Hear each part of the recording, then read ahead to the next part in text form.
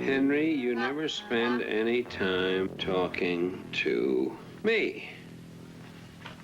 And that's been the cry of the female since time immemorial.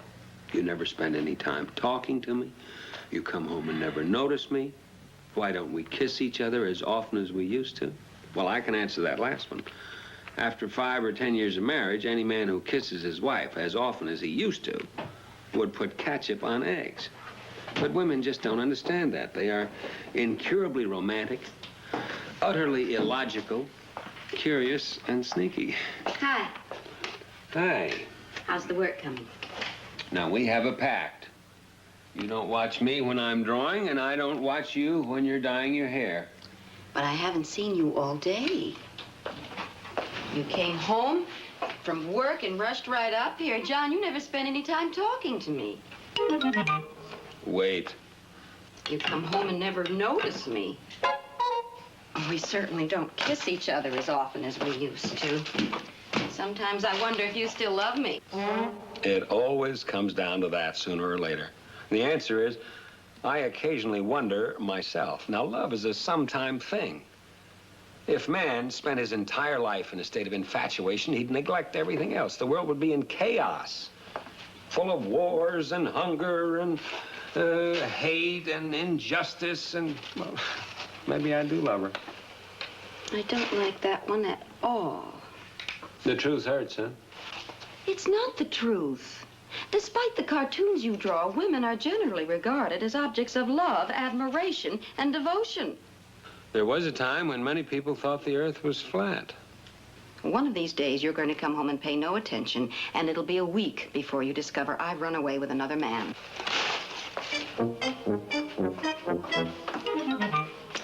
Step into my world, and welcome to it.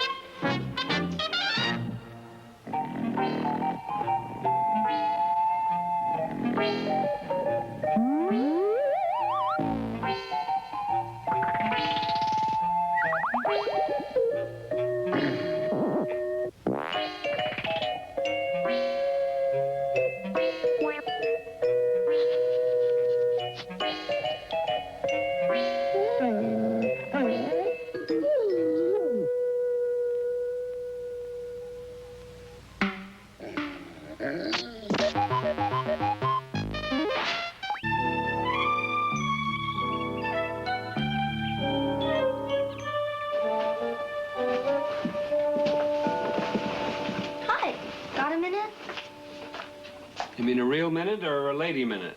Whatever it is, I don't want to use it up talking about it. Okay. You've got 1 minute. I'm writing a book, and I find writing it longhand very tiring. Also, it develops an abnormally large forearm on one side, see? Well, I've seen worse on knuckleball pitchers. What's your book about? Anti-establishment. Conformist.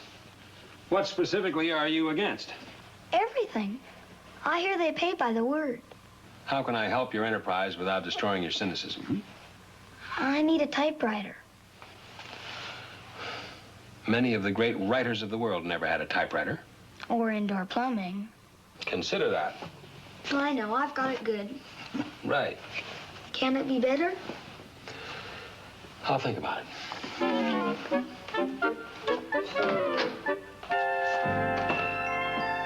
Hi, Mr. Burrell. Hi, Lydia. Well, how's the girl with potentially the greatest teeth in the world, huh? Fine. Let me see. Ooh, that skin. It's enough to drive a man wild. Oh, Mr. Burrell.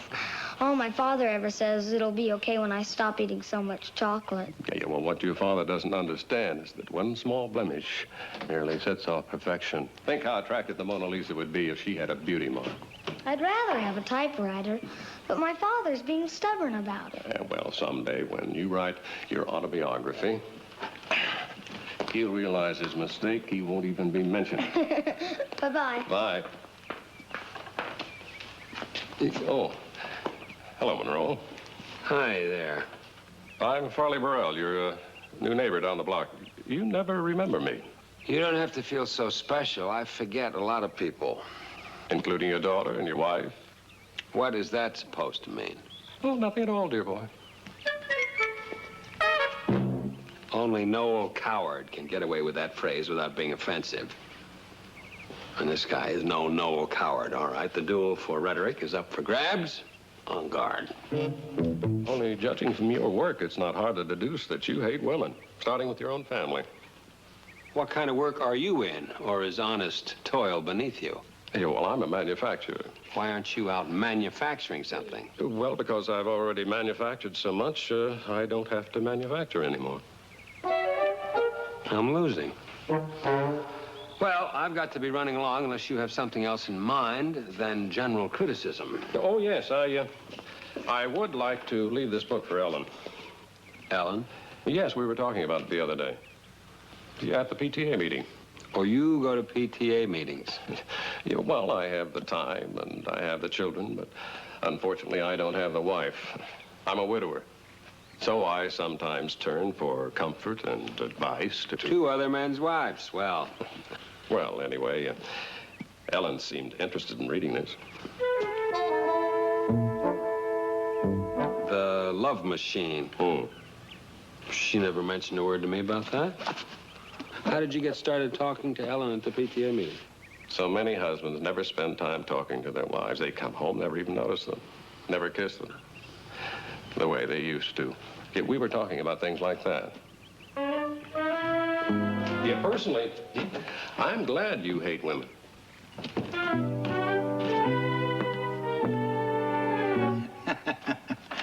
This gentleman was kind enough to see me home, darling. Not many men can translate the real poison in their souls into humor. It wasn't intended to be poisonous, merely mildly reproving. Yeah, give it to them. For all the rest of us who don't have your God-given talent for satirical hatred. Well, I don't really hate women, you know. Harry, you never spend any time talking to me. Marvelous, marvelous. What a treasure you are for a magazine. A paranoiac who doesn't care if he loses his wife and child as long as he speaks his mind. You know, you're lucky you can draw. You might have been an axe murderer. You can't print these. Can't print these? You just handed them to me. I'm going to change my image. From now on, I'm going to be kind and considerate and gallant to all womankind. You gallant? I can be as gallant as the next fellow. If the next fellow happens to be Attila the Hun. Who are you to judge? I always remember my wife's birthday. Well, so do I, don't I? Oh, when is it? It's June 24th. No, 25th. Wait a minute. No, it's July 14th. Or 15th. Well, anyway, those things aren't important to Ellen. At least she's never brought them up. Unless she has brought them up. Uh-huh. All right, explain that. Uh-huh. Something's gone wrong at my blue heaven? Of course not. Couldn't be another man, could it? Impossible, not Ellen. Besides, he's a very honest, straightforward neighbor. Remember the PTA. Remember what happened at Harper Valley? Oh, you are a comfort, Hamilton.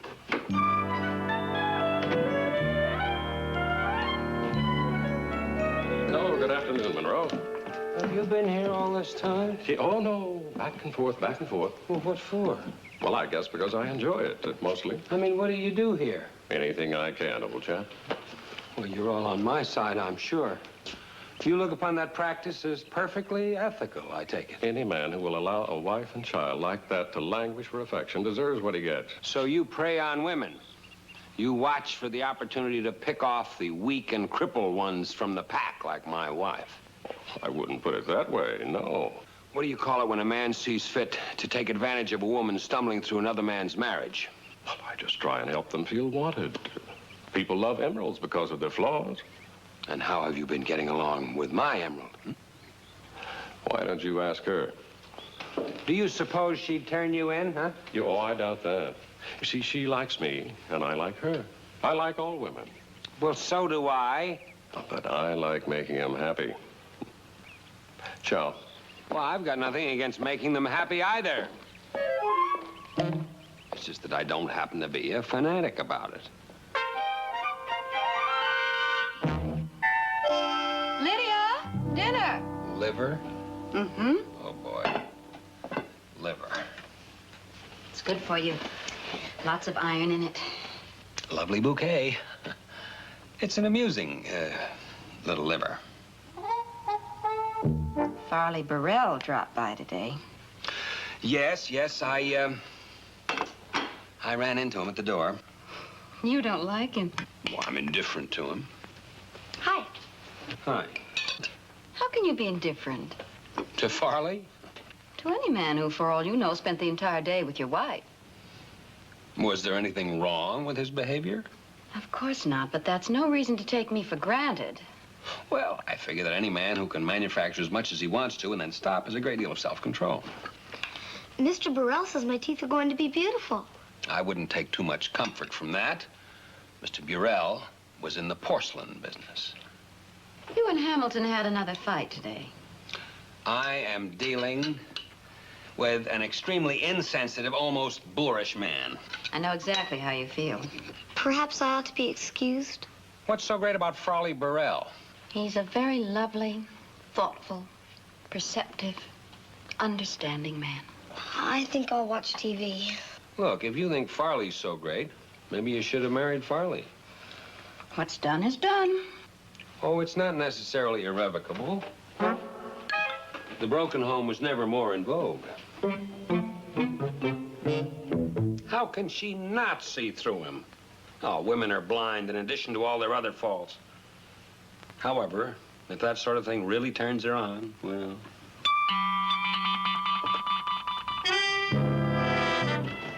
You ready? No, you're on time. Oh. Yeah, I never run off with another man's wife before. Well, just seemed like the thing to do. Yeah, on time. Where's John? Up in his study. Oh, good. I've really been worried about him. Pull yourself together, Farley. I've got him doped to the gills with liver. There's enough iron in his system to knock out a horse. On the contrary, when you weren't looking, I dumped my liver into the rubber plant. Oh, I knew it would turn out like this. I just knew it. John, don't you stop me. I'm running away with Farley. Looking for a little attention and affection at the other end of the rainbow, eh? Farley's going to buy me a mink coat. How's that for communication? Top notch. And when Farley makes a promise, Farley means it. Now, don't bring me into this. We don't want to antagonize him. But if you have any objection, the mink coat is optional. On the contrary, I insist that you buy her a mink coat. He's angry. No telling what he'll do now. I thought you might be in a hurry, and I knew you'd be late, so I took the liberty of packing a getaway wallet. That was very thoughtful, John. Yeah, well, we don't have to run away like this. We could talk it over. I know how these intense communications can throw a man off, so just in case you forgot your razor or toothbrush, you can use these. Oh? And here are the keys to the car. It stalls if you don't warm it up, but it is in generally good shape. And here are a few credit cards. A going-away present. How generous and warm and self-sacrificing. That's always the way I've seen myself. If I'd realized the kind of man you truly are, it might not have come to this. Oh, these things happen. If you want a man who will lie to you, tell you you're perfect, nuzzle your neck, instead of a man who would dig in and help find the rotten parts of you, cut them out. A man who would sandpaper your blemishes so you would face the world cleansed, a better woman. Then go with Farley the hypocrite. Maybe it's not too late. Maybe you can still cut the rotten parts out of me. No, there'd be so little left, you couldn't even call it a marriage. There. That proves I'm gallant. No man in his right mind would send his wife off with another man unless he was very understanding, self-sacrificing, and full of love. Or unless he hated women. Maybe I do really hate women. Hello. Oh. Hello. I just thought I'd say goodnight. Oh. Well, then, good night. Say, you're a woman. How would you like a mink coat? And a typewriter? No, instead of, independently, a mink coat. I really couldn't, but thank you just the same. What do you mean? Well, I'm too young. People would talk. What would they talk about? Well, I'm too young to have bought a mink coat. I'm not married. It just looks suspicious. Shouldn't you be asleep? Yeah, I'm going. How about the typewriter? You're too young. Let your husband buy it for you. Sometimes I wish I were a boy. I'd get more. Only a woman would think of a thing like that.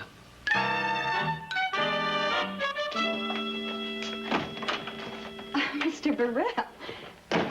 I was all alone mixing a martini when suddenly it occurred to me. Could I, a human being, do less for a lonesome stranger in the wilderness than a St. Bernard? Of course not. So I came over here. Lonesome stranger. Well, Mr. Burrell, that's awfully kind of you, but I am busy. And it's a little early for cocktails. They've been pouring in London for 2 hours. Now, if we hurry, we can catch up. Does your husband really make you get down and scrub your own floor? How medieval. Well, the day help didn't get here this week. Drink and forget. Of course, there is a service that will come in and scrub the floors, but it's quite expensive and... Did you kiss me? It's been so long she can't even tell. Actually, it was half kiss, half bite. You had no right to do that. Well, I'm sorry. It's just that when I think of what that insensitive boy you're married to has been putting you through, well, I guess I lost my head. Mr. Burrell, there are certain values here in New England that they escape you during your daily prowl. John Monroe is one of them. The world he lives in is somewhere deep in his imagination where none of us can really follow. All we can do is try to understand. You know, you're really the one who hates women, Mr. Burrell. You have so little respect for our sex, while John demonstrates his love constantly, in his own way. Miserable soul. Don't you ever put rice grains in this thing?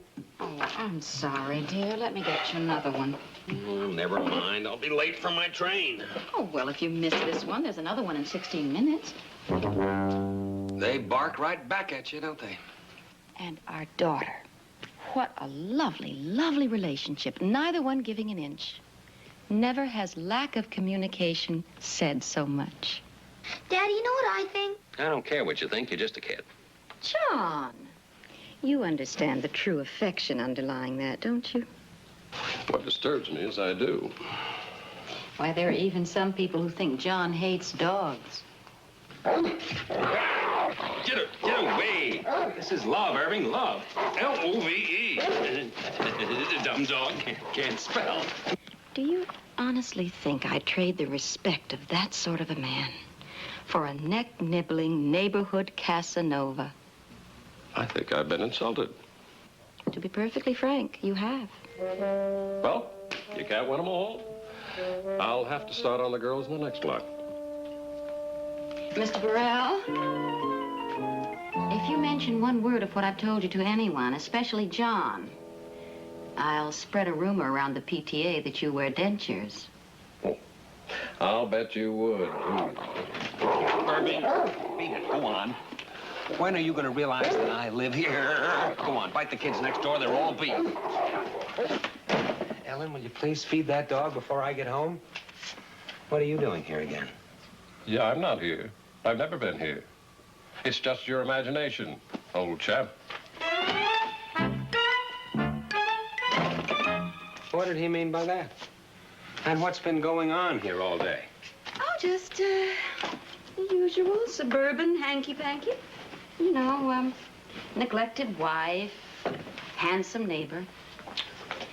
Why bore you with the details? Well, I hope you got some scrubbing done while all that was going on.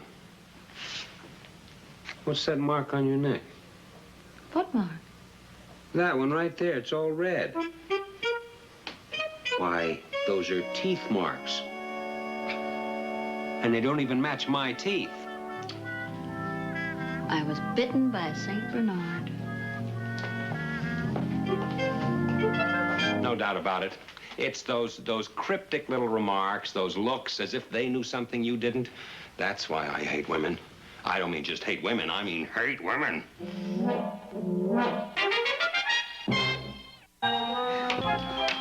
It's a typewriter. It's marvelous. An electric typewriter. Boy, oh boy. An expensive electric typewriter. Isn't that what you wanted? More than I wanted. Then what are you looking so gloomy about? Well, doesn't Dad like me anymore? I mean, he never gives in on things like this. Darling, there are ups and downs in our relationship with your father. This seems to be one of your ups. Don't look the gift up in the mouth. I want you to know that I walked 8 blocks to get you these. They cost a fortune. Is something bothering you, Daddy? Nothing. I'm just trying to get rid of my guilt feelings for hating women. I've been up all night trying to finish those drawings for Hamilton. I felt so guilty I couldn't draw a line. John, you know, this morning I started going through some of your old cartoons. Farley Burrell and I had been talking about your past. He took his teeth out of your neck long enough to speak, huh? I found this one about how you hate dogs. It's very funny. Here's a study for you, Doctor. He faints. Here's another amusing one about some men in a bar. For the last time, you and your horsey get away from me and stay away, which shows you hate both men and bars. I remember that one. It was a stroke of pure genius. And here's another one.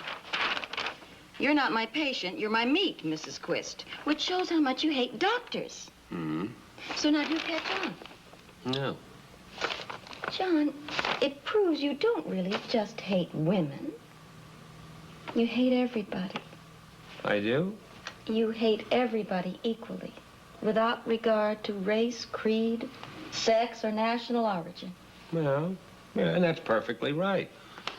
It shows I have high standards, not just narrow prejudices. That's right, and I'm glad you have high standards. I take that as a compliment. And thank you for my flowers.